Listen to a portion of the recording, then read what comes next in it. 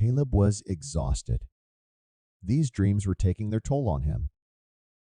He made a pot of coffee. Today was definitely a 2-cup minimum type of day. Caleb hurried through his morning routine and left the house. He chose not to bring the ring with him in case the curse would spread. The museum was about to open. He had so many things on his mind, but he mostly wanted Haverston's take on the dreams.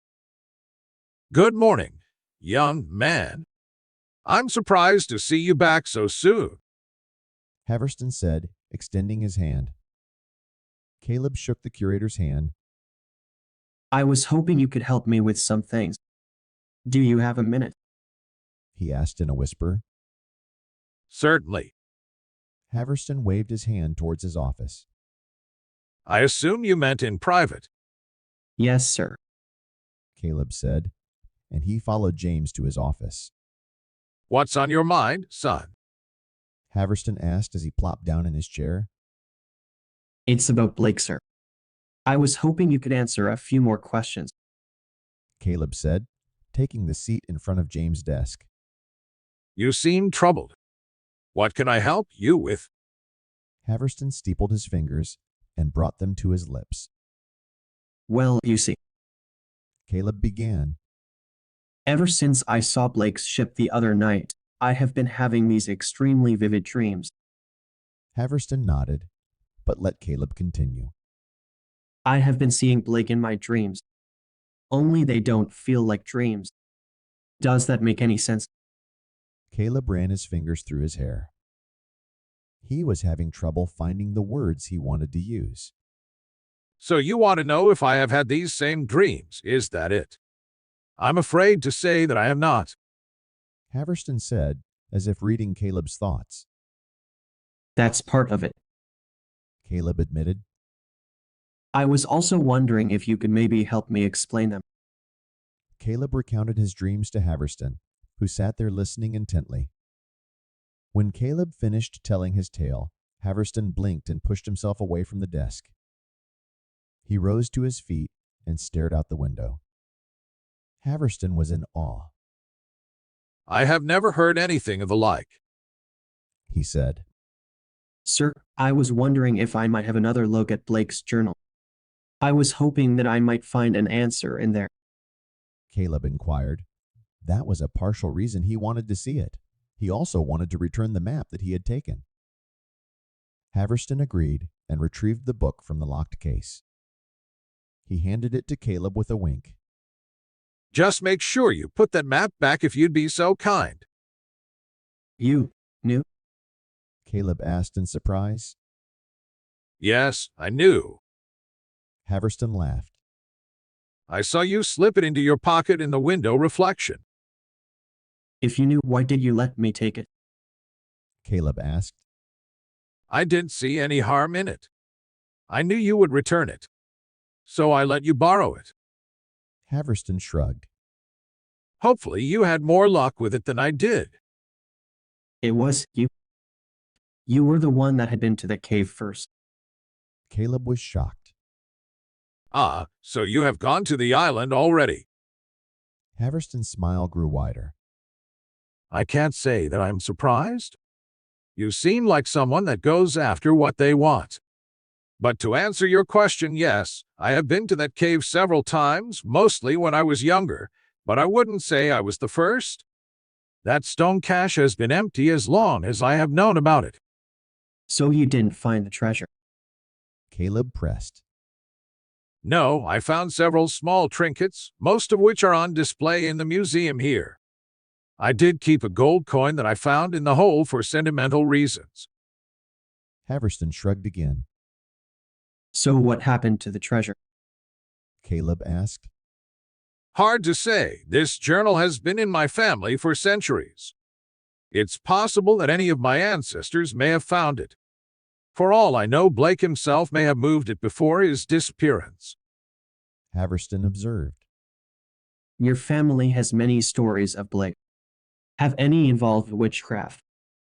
Caleb asked, almost without thinking. Haverston seemed taken aback. No, none that I can recall. Why do you ask? No reason. Forget I asked. Caleb backpedaled. You obviously asked for a reason. Haverston implored. I guess the better question is, are there any stories about how Blake became cursed? Caleb asked. James thought about it for a moment. Most of the stories I know about a curse are just hearsay. Then how do you explain the sight of the ghost ship? You said that you yourself have seen it too. Caleb demanded.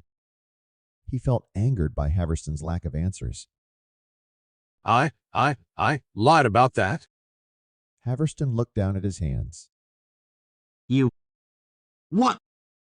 Caleb shot up out of his chair and slammed his fists against the desk. Haverston shrank back.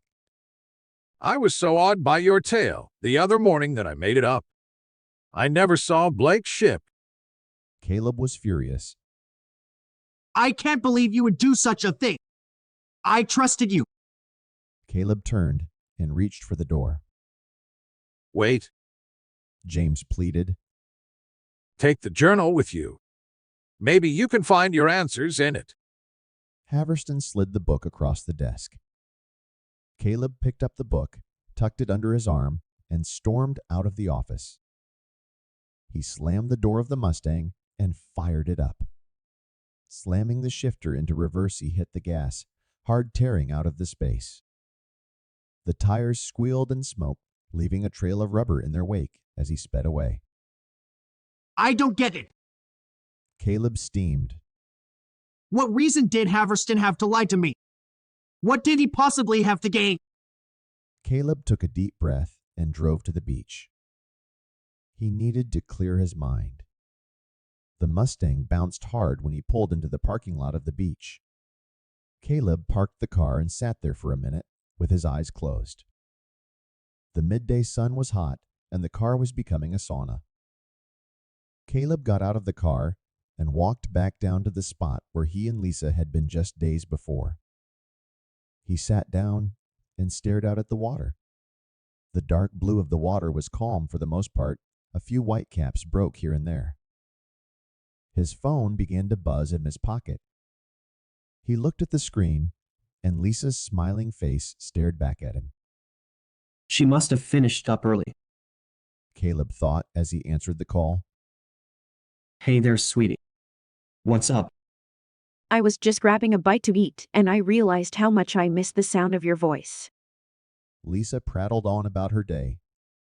Anyway, I love you and can't wait to see you. More. I love you too, babe. Mom? Caleb felt a little better as he ended the call. He walked down to the water's edge, and something shiny caught his eye. Bending down to pick it up, Caleb's eyes widened. An antique glass bottle was half buried in the sand. Reaching into the surf, he picked up the bottle. To his surprise, it rattled. He popped open the rusted metal clasp and opened the lid. Turning it over, a tight roll of paper tied with a piece of string slid into his hand. Caleb untied the string and he unrolled the small scroll. He knew that handwriting right away. He read the message and gasped audibly. You have what is mine. You share my curse. Help me save our souls. Captain R. Blake. Caleb's heart pounded in his chest, his hands shook, and the letter fell to the sand. What the fuck? He swore.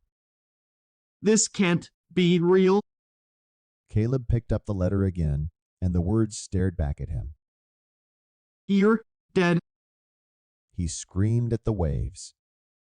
He stuffed the note in his pocket and hurried back up the path. His anger at Haverston was now replaced with fear. He needed to talk to someone, but who? Caleb arrived home around 3 p.m. and sat down in front of his laptop. He searched for everything from fortune tellers to mediums, tarot readings to seances. He didn't really believe in those things, but he didn't know what else to do. He shut the lid and stared at the ceiling. There has to be some kind of explanation for this. He thought.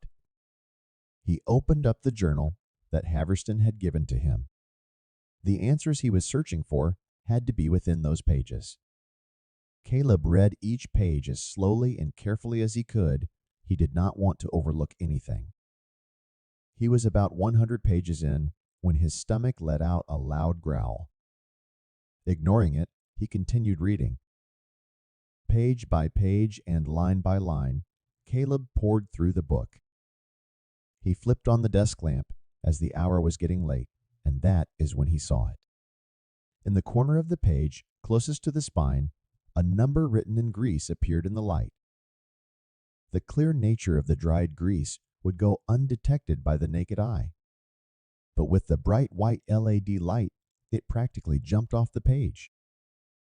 He flipped back to the beginning of the journal and started again. The grease numbers did not appear on every page, but he wrote each one down in his notebook, along with the page number and the corresponding word on each page. The numbers were random, but never exceeded the number of words on the page. It was nearly sun up, and in total Caleb had found 100 grease numbers in the margins of the journal. He tried to organize them in the order that they had appeared, but the words made no sense together. Whatever code form Blake had used to keep his secrets still seemed to evade him. It was 6:37 a.m. when he decided he had had enough. Caleb rubbed his eyes.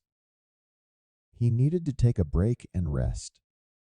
Switching off the lamp, he grabbed a glass of water from the kitchen. Caleb fell into his bed. Sleep took him before his head hit the pillow. The sleep was quiet, calm, and uneventful.